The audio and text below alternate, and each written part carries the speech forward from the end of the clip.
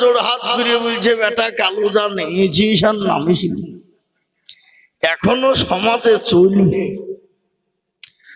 তাই ফরিদপুরের যুবক আর যুবতীরা এত নিচু পর্যায়ে আজকে নেমে গেছে, যাদের ভাষা নাই কোন ভাষা দিয়ে বোঝাবো। আজকাল জালসা মানেই মেলা, আর মেলা মানেই যুবক আর যুবতীদের খেলা। ধরা পড়লে ধনঞ্জয়, আর না পড়লে এনজয়। কথাটা বুঝতে পারলেন না আমি কি বলবো? হ্যাঁ, আবার তাতে কুয়াশা পড়ছে, বাপ মজা তো আরো লেগে গেল যুবকদের। হ্যাঁ, আর মেয়ের মা বাবারও মনে করছে ফ্রিতে যদি বিয়ে হয়ে যায় তো দু চারটে হোক, পয়সা তো গুনতে হবে। ছি ছি ছি ছি ছি ছি, এরা লীলজ্জ বেহায়া, না হলে জালসার বদলি সে লোক নাই। আর বাজারে দেখলাম লোকের জায়গা হচ্ছে, তখন আর ঠান্ডাও নাই কুয়াশাও নাই। আগো আমরা তো ফুটপাতে খাওয়ালো। হ্যাঁ, ভালো আমরা ভালো হোটেলে যাব, পাপ্পু হোটেলে যাব, ওই যে বাকি বলে ভাবতে কি বলে বালুঘাট পার করে যে বাবা জাহাঙ্গীর হোটেল, ডান দিকে চলে যাব ভালো হোটেল, ও আমাদের চোখে উড়বে না। কোটে ফুচকা পাবো, কোটে কুরকুরি পাবো, কোটে রাস্তার ধারে বাদাম বেচছে, জিলুপি বেচছে, এই খাওয়ালি আমাদের ব্যস্ত। জোরে বলুন ঠিক কিনা? আজকে আমি একটা কথা আপনাদেরকে বলি, তনহামা দাগে দাগে শোধ বম্বা গোজা গোজা নেহাম, সারা অঙ্গে ব্যথা, কোথায় ওষুধ লাগাবো খুঁজে পেছিনি বাবা। মনে যদি পচন ধরে খুঁজে কিরে পাওয়া যায়, মলম দিব। ফরিদপুরের মানুষ এ কথা শোনার পরে আর বাজারে থাকতে পারে না, মদমাতে আসবেই ইনশাআল্লাহ। কি গো, আসবে কিনা জোরে বলুন? আসবে কিনা? যদি একটু লজ্জাবোধ থাকে, যে মেয়েরা রাস্তাঘাটে মাথায় কাপড় নাই, বুঝতে হবে সেই মেয়েদের লজ্জা শরম না। কি কথা বলছিলেন না? যে মেয়েদের রাস্তাঘাটে মাথায় কাপড় নাই, বুঝতে হবে সেই মেয়েদের লজ্জা শরম না। যে মেয়েরা দেহ নিয়ে বাজারে দেখায়, লজ্জা না থাকিলে কি আর লজ্জা দেওয়া যায়? এ বাবা, যদি ফরিদপুরের লোকে যদি লজ্জা থাকে তাহলে লজ্জা পাবে, আর যদি বলে না আমাদের লজ্জা শরম কিছু নাই, তাহলে বাবজি আসবে না। কথা বুঝতে পেরেছেন আমার কথাটা? হ্যাঁ, এই ফরিদপুরে কত গ্রাম কত ঘর বসত জি? হুজুর শের সাহেব, কত ঘর বসত ফরিদপুরে? ফরিদপুরে বছর কত? হ্যাঁ, বড় গ্রাম ফরিদপুর বিরাট বড় গ্রাম। প্রত্যেকটা বাড়ি থেকে একটা করে লোক আসলে জায়গায় জায়গা হবে হবে না? এদেশের লোকেরা জ্ঞানী মানুষ, এরা সুশিক্ষায় শিক্ষিত, এরা বেশি বুঝে তার লিগে নাকি? হ্যাঁ হ্যাঁ, ঘোলা ডিম, ও তাই বাহু। হ্যাঁ, একটু বসে ভাই আরেকবার সালামের উত্তরটা দেবেন। আসসালামু আলাইকুম। আলহামদুলিল্লাহি কাফা ওয়া সালামুন আলা ইবাদিহিল্লাযীনা ইসতাফা, আম্মা বা'দ। فقد قال الله تبارك وتعالى في كلامه المجيد وفي الفرقانه الحميد. أعوذ بالله من الشيطان الرجيم. بسم الله الرحمن الرحيم. إنا نحن نزلنا الذكر وإنا له لحافظون. وقال عز وجل في موضع آخر: ولا تهنوا ولا تحزنوا وأنتم الأعلون إن كنتم مؤمنين.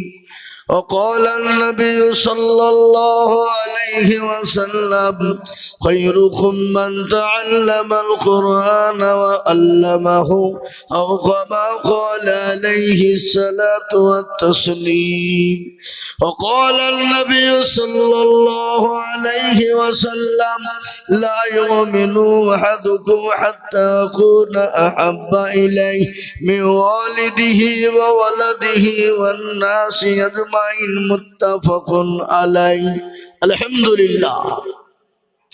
আজকের এই সভার নির্ধারিত নির্বাচিত মানিনীত সম্মানিত যোগ্যতম সভাপতি সাহেব, বিজ্ঞাপিত অবিজ্ঞাপিত মুআজ্জাজ উলামায়ে কেরাম, তুলাবায়ে আজিজ, হাজরানে মজলিসের বাবা জীবন ভাই, হাজরানে মজলিসের বাবা জীবন ভাইয়েরা, পদ্মার আড়ালের মায়েরা, খালারা, বোনেরা, জননীরা, রইল সকলকে সালাম। এ মজলিস বড় গুরুত্বপূর্ণ মজলিস বাবা। এ মজলিস বড় বরকতি রহমতি মজলিস। প্যারা নবী বলে গেছেন, মজলিসে বসবে যারা, আল্লাহ তাদের পেছনের গুনাহগুলোকে ক্ষমা করে দেবে। জোরে বলুন সুবহানাল্লাহ। পেছনের যত গুনাহ আছে ক্ষমা করবেন কে? একটু চিল্লিয়ে বলুন কে? আল্লাহ। এ বাবা, এই মজলিসের চতুর্দিককে ঘিরে নিয়ে দাঁড়িয়ে কারা গো? ফেরেশতারা। যখনই মজমা শেষ হয়ে যাবে ফেরেশতারা চলে যাবেন কার দরবারে? আল্লাহ। আল্লাহ তো সব জানে না, জানে না? জানার পরেও বলবে কোথাও ছিলি? বলে আল্লাহ ওই ফরিদপুর মাদ্রাসায় ছিলাম। বলে কেন? দেখলাম তোমার বান্দা বান্দিরা বসা। কিসের জন্য? বলে আল্লাহ জাহান্নামের ভয়ে আর জান্নাতের আশাতে। তো আল্লাহ বলবে শোন, ওই মজলিসে বসে গেল যারা, আমি আল্লাহ বলে দিলাম তারা ভাগ্যবান। আর যারা বসতে পারলো না তারা হলো কপাল পোড়া, কপাল পোড়া। আর ওই মজলিসে বসার কারণে জাহান্নামকে হারাম করে দিয়ে জান্নাতকে অজীব করে দিলাম। জোরে বলুন সুবহানাল্লাহ। একটু মহব্বত দিয়ে বলুন সুবহানাল্লাহ। ও বাপ, আজকে ঠান্ডা লাগছে মনে হচ্ছে নাকি? ঠান্ডা তো হবেই বাবা, ঠান্ডার মৌসুমে ঠান্ডা তো পড়বেই। কিন্তু বাবা সেটা তো আমাদেরকে অপেক্ষা করতে হবে। এর ভিতরে আল্লাহর নিশ্চয় ভালাই আছে। তাই আমি আরেকবার আপনাদের অনুরোধ করে বলবো বাবা, যারা ওই জায়গাতে লাইন দিয়ে বসে আছেন, একটু সামনের দিকে একটু আসা যাবে না আপনাদের?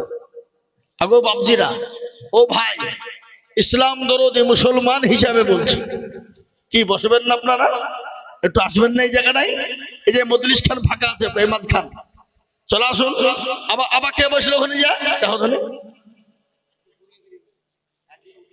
একজনকে তুললাম তো আর একজন যে ওখানে দখল করলো। কি বুঝে আর না বুঝে আর আল্লাহ জানে।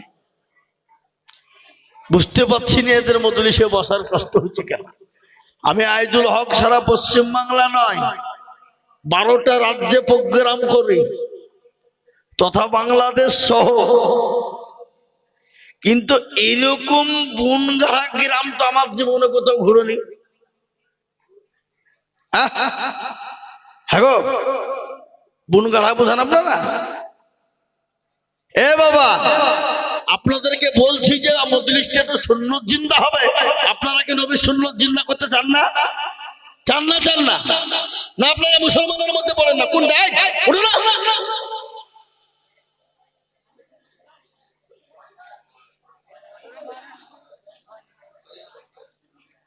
না বসবে চলে যাক,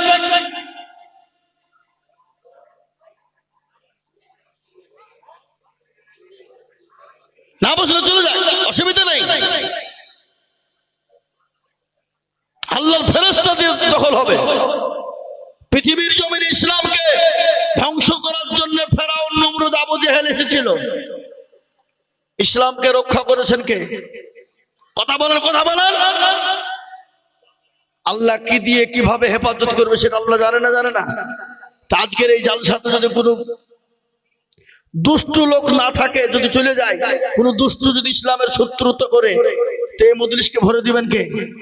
কথা বলেন আল্লাহ। তাহলে ও ভয় দেখিয়ে কোনো লাভ আছে? যা বসলাম না চলে গেল, যা চলে যা, তুই না বসলে তো মাদ্রাসা বন্ধ হয়ে যাবে নাকি? না মাদ্রাসা আসা বন্ধ হয়ে যাবে? হ্যাঁ, আল্লাহর ফেরেশতা আছে না নাই? বদরের প্রান্তে হাজার হাজার লক্ষ লক্ষ কাফের বেঈমান মুশরিক ইসলামের শত্রুতা করেছিল, কিন্তু আল্লাহ 5000 নয়, 10,000 নয়, হাজার হাজার ফেরেশতা দিয়ে আল্লাহ ইসলামকে রক্ষা করেছিল না করে না? জোরে বলুন। বদরের প্রান্তে মুসলমানদেরকে হেফাজত করেনি? আজকে যদি কোনো মনে করে যে আমরা বসবো না, তো না বসে তাকে পা ধরে বসাবো? কি কথা বলেন না কেন? হ্যাঁ, এ বাবা, যারা ভাগ্যবান তারাই বসবে, যাদের কপাল পুরা তাদের জন্য এই মজলিস নয়, দুষ্ট লোকের জন্য এই মজলিস নয়। এ বাবা, আমি আপনাদেরকে বলবো, আল্লাহওয়ালা হবে যারা, দিনওয়ালা হবে যারা, কোরআনওয়ালা হবে যারা, নবীর প্রেমিক হবে যারা, দিনকে ভালোবাসবে যারা, ইসলামকে ভালোবাসবেন যারা, কোরআনকে মহব্বত করবে যারা, তারাই এই মজলিসে বসার অধিকার আছে। আর যারা ইসলামকে ভালোবাসবে না, কোরআনকে ভালোবাসবে না, এই মজলিসে বসার অধিকার তাদের নাই। কি বুঝছেন আপনারা বলুন? হ্যাঁ, এ মুসলমান, তাই আমি আপনাদেরকে বলি, বাপ আল্লাহ অতি দয়াবান, তিনি রহমান রহিমিন।